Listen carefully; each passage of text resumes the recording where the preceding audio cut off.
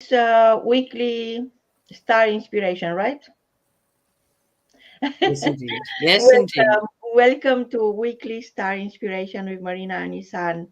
We've been launching our first show last week. In the meantime, we have been part of the Dream Big Summit, the first 24-hour Dream Big Summit this weekend. We had hundreds of people sharing their story, and it was an interesting fact actually that people start to dream bigger lately and dream more, and it's almost like coming out from an amnesia we all had. And I found in Isan's book, The Time Catcher, how to time your actions to turn challenges into opportunities, a very interesting phrase that I would like to share with you. It's part of the awakening. To be in time and to turn challenges into opportunities, we have to be present fully. Nature and the cosmos is, and we are just as capable of using our antennas to deal with a crisis or a cul-de-sac. We have looked at ways to do that, but the most important thing to bear in mind is to accept that challenges are there. A challenge is a living entity, just as we are. You know, Isan, I absolutely love this part. I mean, I love your book, and since you published it years ago, it's been with me everywhere I go. And I feel that it's not only containing your beautiful energy, but it's also giving others around me the chance to know that this book is available on Amazon and on your website, isan.com. And just give them the chance to understand the concept, how to turn challenging challenges into opportunities, which is a concept that I shared with you during the book genius process when your book was born. And then we decided that the subtitle is going to be how to time your actions to turn challenges into opportunities. There is a lot, of course, for you to say, and we only have 15 minutes today or 20 minutes to update our viewers on what is happening next. So, Isan, tell us, dreaming big, tell us more. Thank you, Marina. As ever, a lovely introduction. And yes, the concept of dreaming. We have been through, as we know, quite challenging times. When I use that as a subtitle for my book, Turning Challenges into Opportunities, we had no idea in what form, anyway, the big challenges collectively would take on, starting, in 2020. What I want to talk about today is to encapsulate a particular conference of two major giants in our solar system. I call it a conference between two of them, although the faster moving planets do join in from time to time, altering, if you like, the colour of that landscape. So I want you to look back at April the 12th, not very long ago. Isn't time very strange at the moment? We think it's going so fast. Everybody's saying that. Everybody is. I don't think that's an exaggeration. At the same time, we can sometimes look back at an event not long ago and think it was a long time ago. So yes, time is very subjective. What does perhaps put us into a more comfortable space is the rhythms in our body when we cooperate with them. Also in nature to a great extent, but totally with the cosmos, the movements of the planets. And as above, so below. And there should be some comfort in that there is an order, there's a rhythm. Now, these two giants are Jupiter and Neptune. And Jupiter's our largest planet. And it has a 12-year cycle. So 12 signs of the zodiac, 1 year in each sign. And every 12 years, it'll enter your own sun sign, the month you're born in, or some people call the star sign. Neptune, however, has a 164-year cycle. Much slower. It takes 14 years to go through one sign. Give that a thought. But they do come together, and I will be talking about the last time they did, but they have not been in their home sign, because planets have zodiac signs, they rule at home with, they've not been in their home sign of Pisces, the 12th sign of the zodiac, since the 1850s. Unless we believe in reincarnation, we weren't around then. But our ancestors were, of course. And now it's come back. Pisces is the dreamer. Now, I know at school, and I'm sure many of you do, or remember that we were told not to daydream. And we often did, particularly if we were bored, the teacher was boring. It's a great art to be able to teach or educate. I think the word educate means to lead. And Khalil Gibran, who wrote the beautiful book, The Prophet, once said that a teacher takes you to the threshold of your own mind. Beautiful thought. It's not just filling somebody up with information, secondhand information. I mean, we need that too, but we have an amazing landscape within us of insight.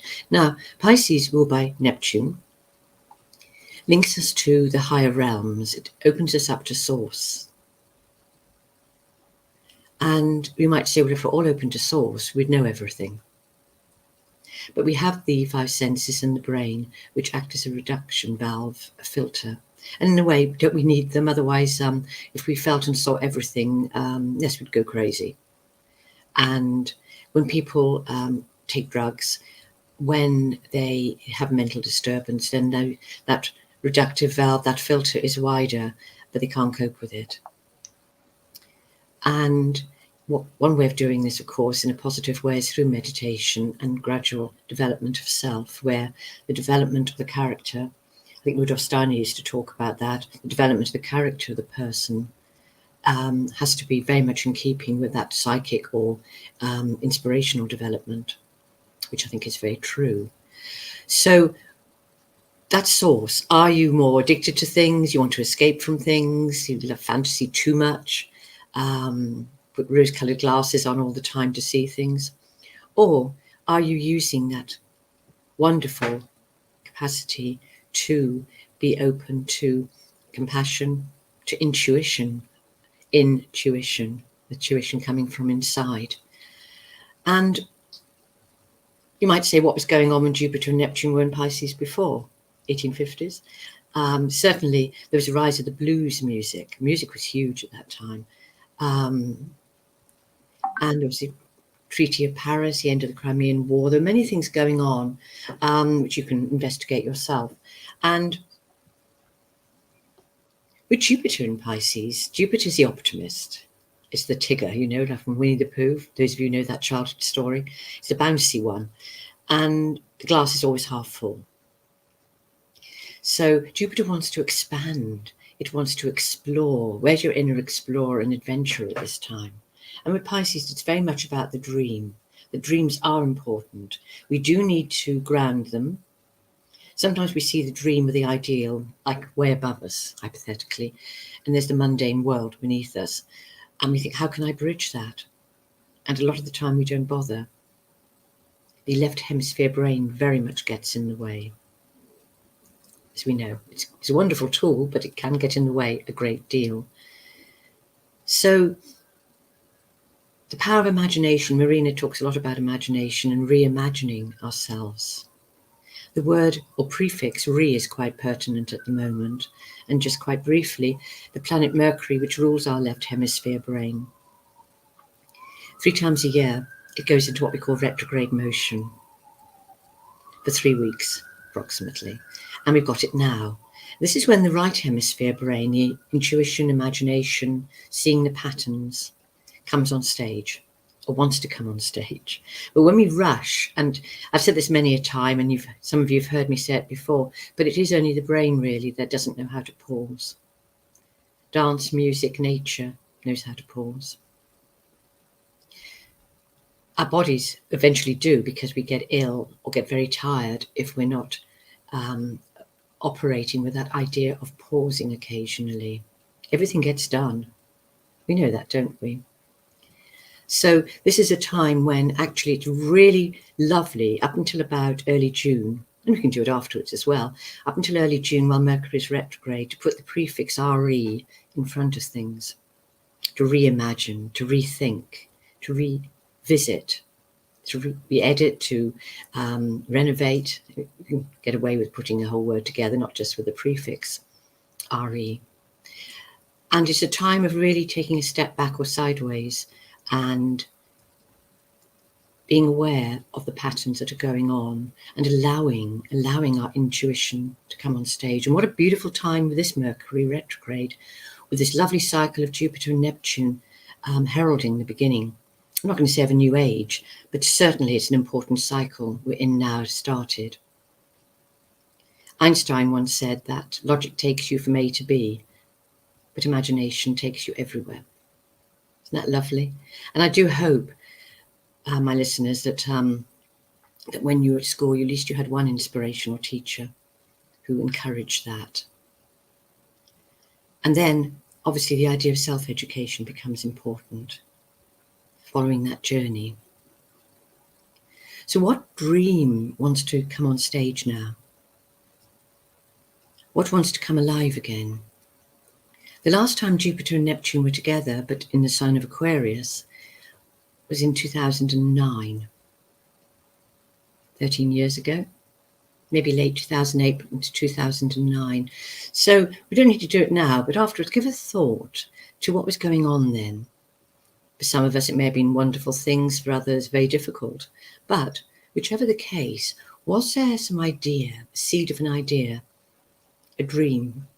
Or maybe you were doing something you loved, and then for some reason or other it stopped a bit later. You had to get on with life in a different way. Have a think about that and see what wants to come back now. It doesn't have to make you money, but it's there to be explored in some manner, or maybe even to change into a more relevant activity now. Creativity, which is not just artistry, it's the creative mind. How are you going to be creative in your life? And I think in the next couple of weeks leading up to the new moon on the 30th of May, and a few days of the dark moon beforehand, really wind down a little, allow your inner world, that huge expanse within you, to have a really big say. Because this is a very magical time. We're going to notice it in the media, themes of magic, of fantasy, telepathy, forgiveness, and music. We're going to see some really interesting stars, in inverted commas, well, stars, yeah, appear or emerge. And children born now, I think, with this Jupiter-Neptune conjunction this spring are going to be, well, we're all talented, but there may be some geniuses coming about. So it'll be interesting to see. And we're all creators. We desperately, I think, and I'm going to use that word strongly, we do need to have the performing arts speak to us more and for them to be supported. And this is a perfect time for that. So Marina, what do you make of your dreams from 2009? Anything? And I can't hear you. There is a lot, actually.